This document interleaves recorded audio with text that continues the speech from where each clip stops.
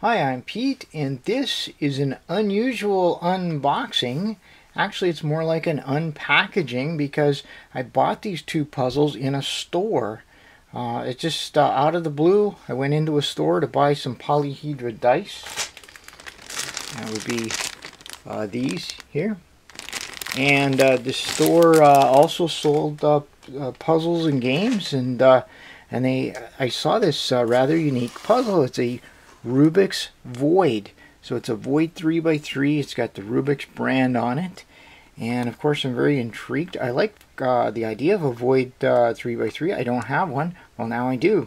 It has an unusual sticker pattern, though, I think that would be easy to fix if I wanted a more conventional stickering. I noticed that on the bottom here it says that the Void is a trademark of Winning Moves Inc. And that the Rubik's is a registered trademark of 7 towns used under license.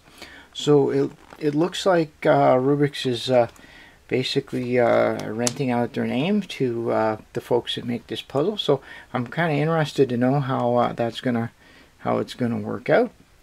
And then this one is a quad cube. It's 4 2x2s stacked together, and that's kind of neat. I've always wanted to get one of these. I guess they're called Siamese cubes, or sometimes they're also called fused cubes, though. Yeah, and so it's kind of nice to actually have one. Okay, this is made by TDC Games, and they give their website right there. So, yeah. I'm really quite interested in to see what I got here. Okay. So the unpackaging is going to be a little different for me. So let me give this a try here. Now I just want to make sure that you can actually see this. So if you don't mind, I'm just going to crank the camera down just a little wee bit here. Let's see. Can I do a pan as well? Yeah, okay, there we go. There's my pan. Okay, so how can I open this? Is the typical clamshell type packaging. Okay, actually this isn't too bad because this opens on the side. I might not even really need a knife for this, but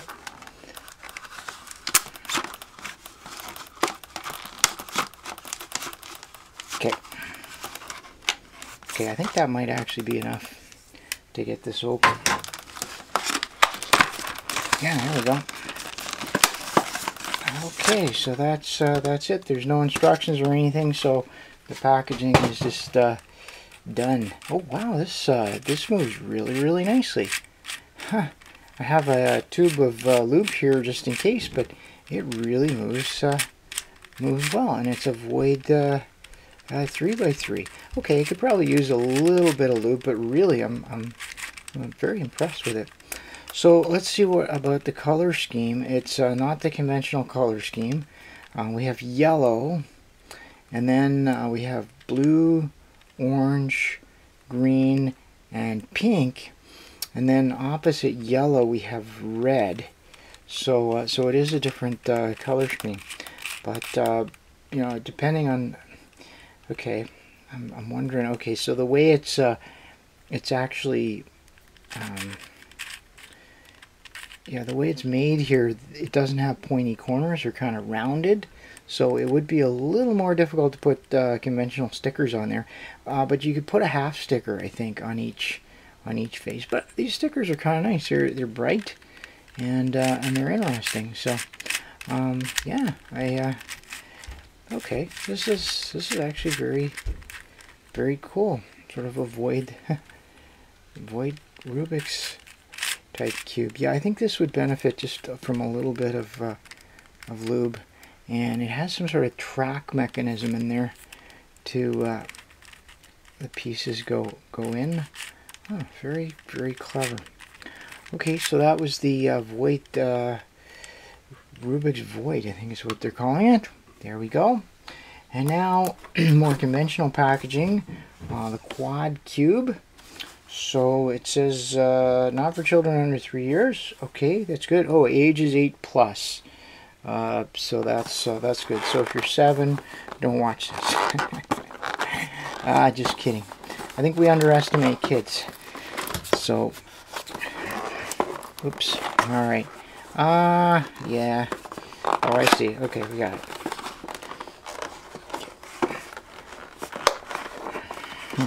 That's a lot of packaging. So these weren't terribly expensive. And there we go. But I'd never seen anything like this before. So it's just just some packaging here. I'll move that out of the way. Okay, you know, I think I'd like to get maybe a better shot of this. Okay. Can we just kind of, yeah, real high tech, eh? Okay, there we are. So this is the quad, what are they calling it? The quad cube. And so it's just it's very light. And it looks like 3 2x2s. Okay. Alright, it turns reasonably well. Not a speed cube by any stretch. Yeah, okay, so this one all turns nicely. And yeah, okay, that's great.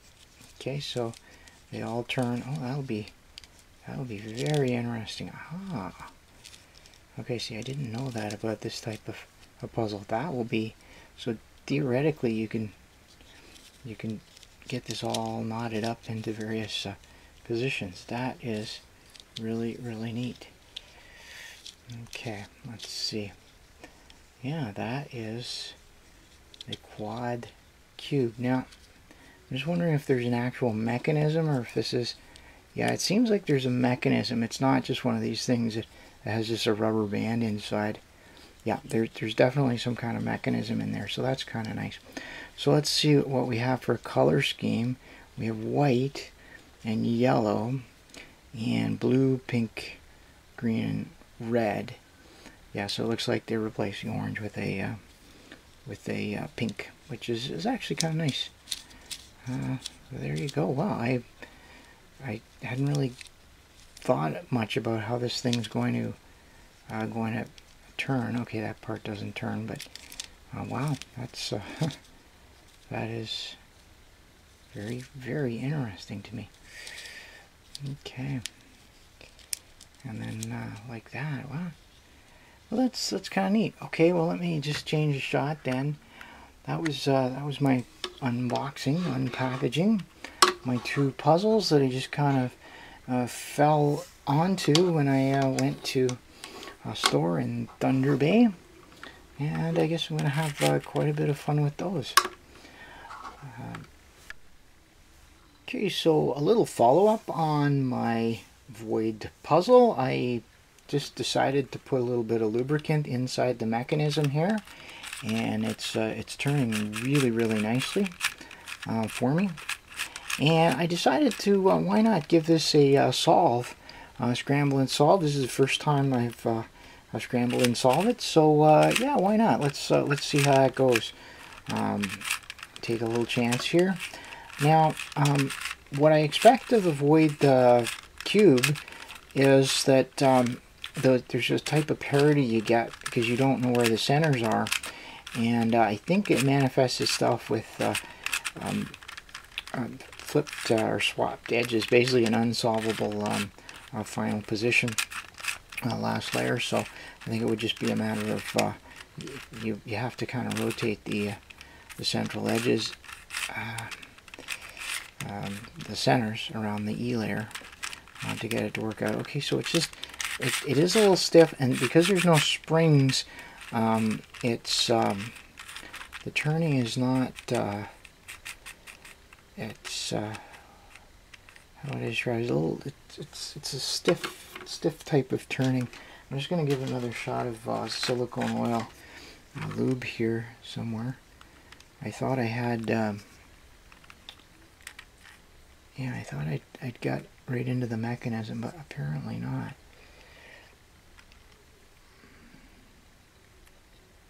to put too much on there, but there we go.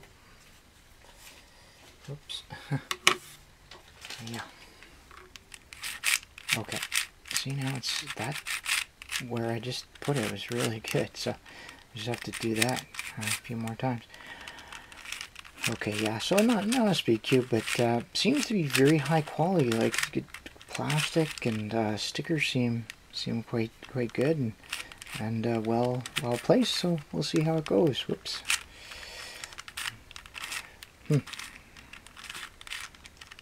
Surprisingly hard to scramble. Okay, so so if I remember, the yellow and then what was on the bottom? Red was on the bottom. So I'll just take my red as the bottom then. And oh my, you know what? I realized I probably forgot my color scheme going around. I didn't really take a very good look at it. But I do know, right? Because, for example, I have the yellow and orange there. So, yeah, and I can sort of figure out how it should be. Probably blue, orange, green, and then pink. Okay. So, let's see. So, and then my bottom is going to be the red. B-O. Yeah. All right. So let's try that then. That's the red.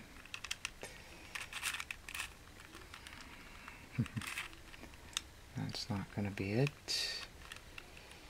And okay, there's another red right there. Okay, and my idea is just to get all the red on the bottom, and then I'll sort them out from the top. Okay, so from the yellow, it's going to be blue, orange, that should be green, and then pink. So these two have to swap. No problem there.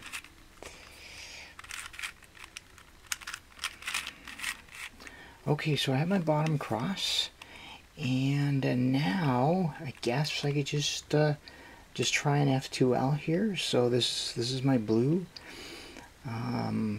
So there's my blue, and then I need the one with blue and red, which is right there. Or do I? No, I need the one with, that's going to be, oops, that one's there. No, I need blue and pink. This is a blast. It really is. Okay, there's my blue and pink. Okay. Alright, so I have my blue, and so now I'm just going to, oh, this is freaky. Okay, that didn't work out at all. Okay, so let me see here. So I'll try and keep that on. Alright, so what do I need to do for this? This is the bottom. Okay, that means I need, okay, I know what I do. There we are. Now I got it. It's you know, like shape mods or whatever, it requires you to kind of really think hard about what each piece does for you. And so this is the pink and the green. So there's my my edge, and now I just need the red that has the pink and the green on it.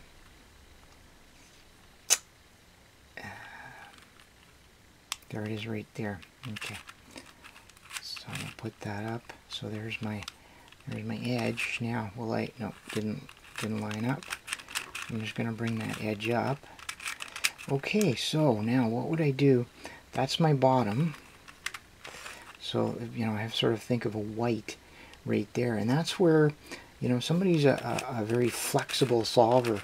The people who can start with any side of the puzzle as the bottom, I think do better with this type of thing, and you know, I should probably work on that. But there you go, I got that in. Okay, so now this is the proper corner for this one. but I need to put the green, there's the green and orange right there. So I just have to pair these up. Okay, I think this is getting a little easier. Okay, I spoke too soon.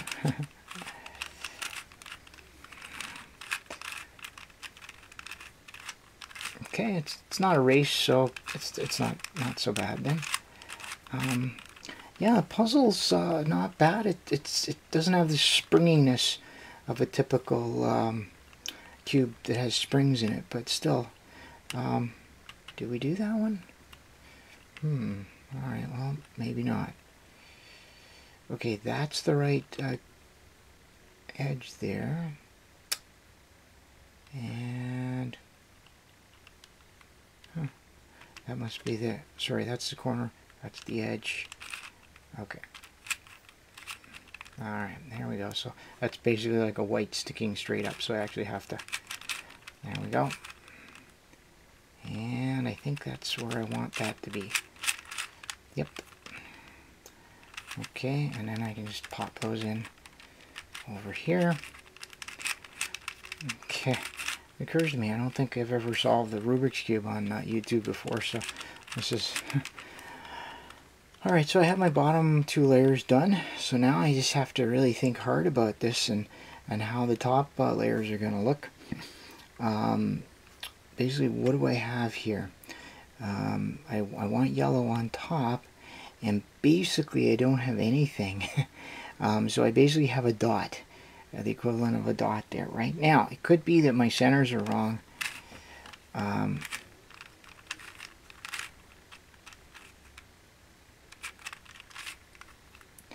Okay, so now I have what looks to be the sort of the L.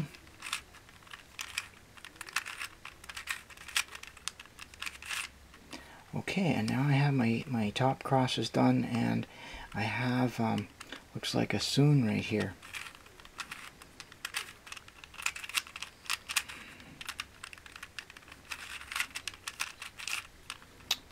And so I have that one done. I'm going to go put the blue in here. And now, okay, I got really lucky. I have a corner 3 cycle, and if I am lucky, then they'll go in, and it means I didn't have that void parity that you get, which would be kind of, well, I mean, I sort of wanted to see it, but it is kind of cool. Now, can I actually do this algorithm?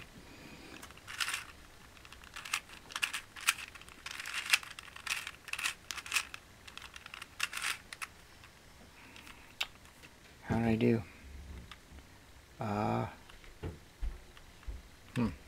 Okay.